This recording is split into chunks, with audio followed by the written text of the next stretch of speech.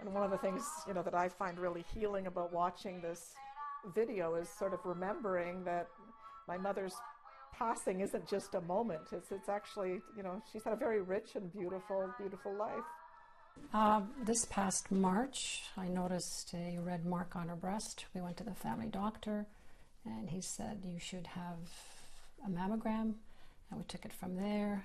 So my sister and I, we took her to Princess Margaret to get a ultrasound, and the ultrasound revealed sort of a suspicious mass in her breast, and it also spread to her lymph nodes.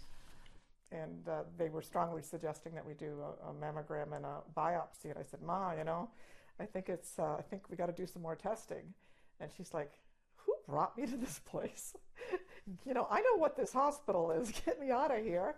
Don't make me sicker than I am, type of thing. Just take me home. I've had enough of this day. It was Father Bogdan, the chaplain at St. Joseph's Hospital, that said, what we're leading towards here is palliative care. What I liked about the palliative care was that her physical needs weren't only addressed, but physical, emotional, and her spiritual needs were addressed.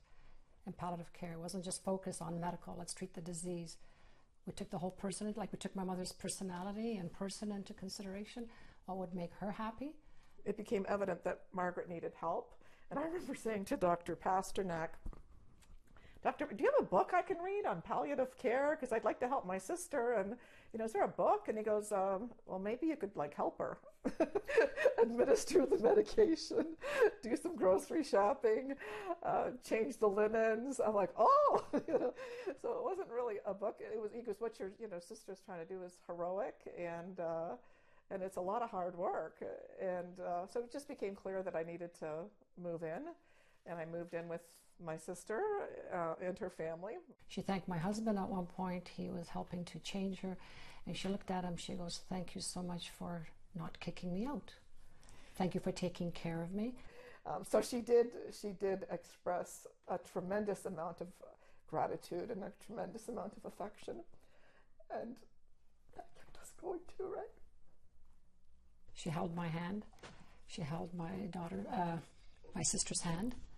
And my kids were there. My husband was there, so all of us.